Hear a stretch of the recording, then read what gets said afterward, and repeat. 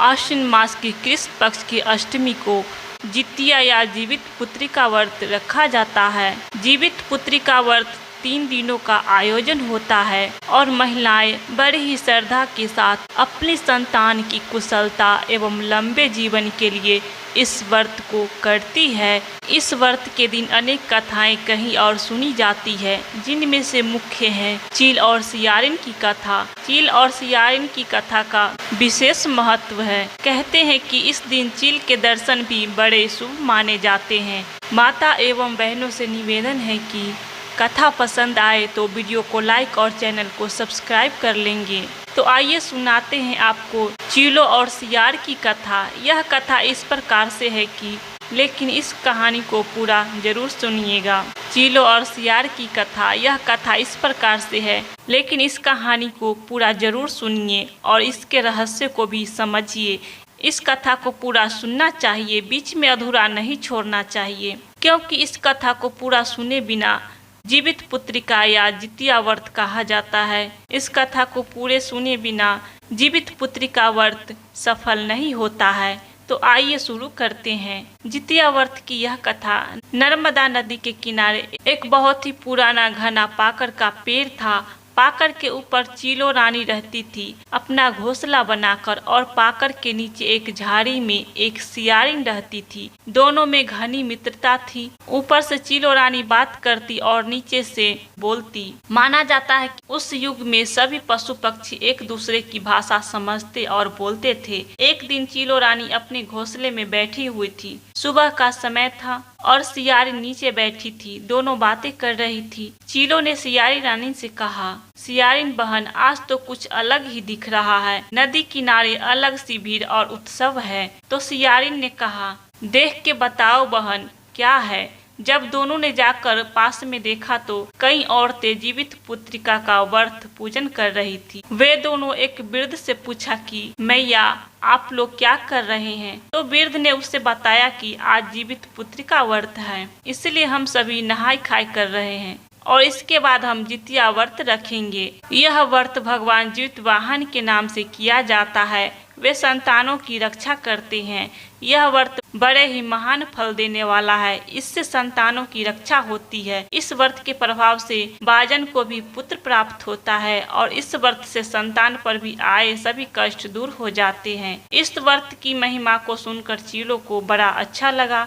उसने जाकर सियारिन को बताया और कहा, बहन, हम भी इस व्रत को रखेंगे। इस व्रत की बड़ी महिमा है। अब तो चीलो और सियारिन ने भी निश्चय किया कि अब वे दोनों भी जितवन वाहन भगवान के नाम पर जीवित पुत्रिका व्रत रखेंगे। वे दोनों ही जीवित पुत्रिका का व्रत करना निश्चय किया और गंगा में डुबकी मारी और व्रत प्रारंभ कर दिया। चीलो ने उसी दिन दाना लाकर अपने घोंसले में रख लिया और बच्चों से बोली कि कल मैं तुम्हें दाना नहीं खिलाऊंगी, मैं अपने मुंह में अनाज नहीं डालूंगी, तुम स्वयं खा लेना। इस तरह दोनों ने पूरा दिन व्यतीत कर दिया। शाम का समय हुआ तो दोनों ने फिर से पूरे दिन व्रत रखने के बाद गंगा में स्नान किया। शाम के समय जब सभी पूजन कर रहे थे तो चील वहीं पर जाकर बैठ गई और पंडित जी कथा सुनाते रहे और चीलो और सियार दोनों ने कथा सुनी। सियारिन को इस कथा को सुनते सुनते आधी कथा में नींद आ गई, लेकिन चीलो ने बैठकर पूरी कथा सुनी। कथा सुनने के बाद चीलो अपने घोंसले में चली गई और सियार अपनी झाड़ियों में चली गई, लेकिन उसे भूख लग रही थी।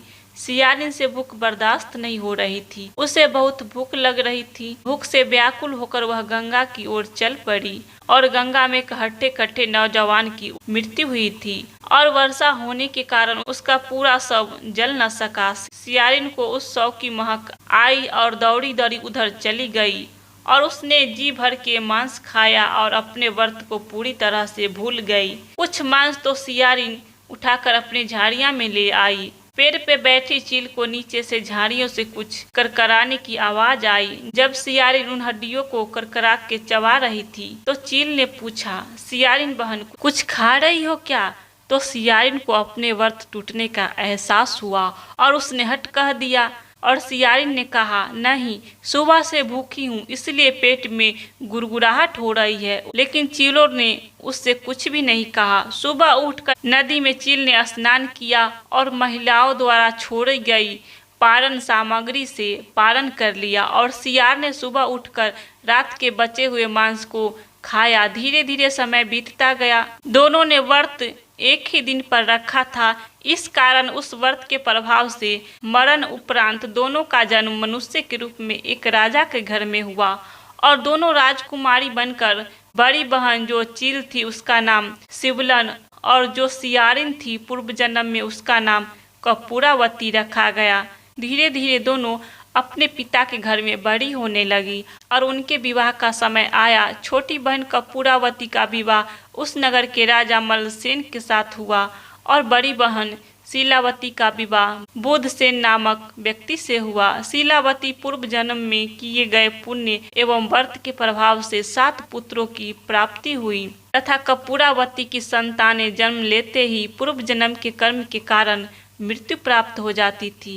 बड़ी बहन के 7 पुत्र समय के साथ बड़े होने लगे, लेकिन छोटी बहन निसंतान ही थी और धीरे धीरे छोटी बहन के ही राज दरबार में नौकरी करने लगी। उन्हें देखकर कपूरावती को बड़ी ही निराशा होती थी। एक दिन रानी कपूरावती अपनी पति के सहमति से अपनी बहन के 7 पुत्र का सिर कटवा कर सातलों में रखकर लाल कपड़ों में लपेटकर अपनी बड़ी बहन शिवलन के यहाँ भेजवा दी। बड़ी बहन कहती है, मेरी बहन ने मिठाई भेजी है, किंतु वह हमेशा जितिया का व्रत रखती थी एवं भगवान जिमूतन वाहन की उपासना करती थी। इस कारण जिमूतन वाहन भगवान को उस पर दया आ गई तो उन्होंने उसके 7 पुत्रों को धड़ पर मिट्टी का सर बनाकर लगा दिया और उस पर अमृत की बूंदें छिड़क दी, जिससे उसके 7 पुत्र जीवित हो उठे और थालोस में मिठाई बदल गई। जब कपूरावती को बहुत समय तक कोई समाचार नहीं आया, अपनी बड़ी बहन के यहाँ स्वयं चली गई और 7 पुत्रों को जीवित और हंसता देखकर आश्चर्यचकित रह गई।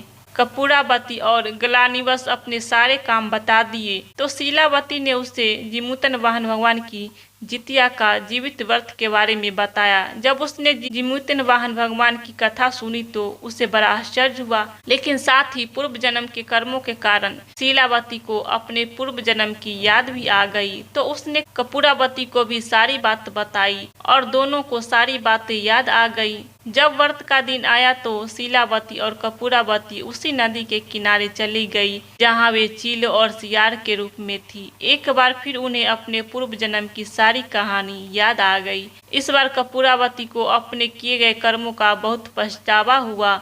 उसने भगवान जिमूतन वाहन से क्षमा मांगी। उसी पाकर के नीचे दोनों बहनों ने सच्ची श्रद्धा से भगवान जिमूतन वाहन का पूजन किया एवं जितिया का व्रत पूर्ण किया, जिसके प्रभाव से कपूरावती के सारे पाप नष्ट होने लगे, किंतु वहीं वह मूर्छित होकर गिर पड़ी और उसकी मृत्यु हो गई। शीलावती ने यह सारा प्रकरण सिर्फ राजा को बताया। राजा ने उनका दाह संस्कार कर दिया और नगर में ऐसी घोषणा करवा दी कि सभी लोग जीवित पुत्रिका का व्रत रखेंगे। इससे संतानों की सुरक्षा होगी। जैसे जिमूतन वाहन भगवान ने शीलावती की संतान की रक्षा की, वैसे संतान की रक्षा करेंगे। और जैसे कपूरावती का व्रत खंडित हुआ, वैसे किसी का न हो। कथा सुनने वाले, कहने वाले और हुक्का भरने वाले सबके ऊपर भगवान जिमूतन वाहन की कृपा करें।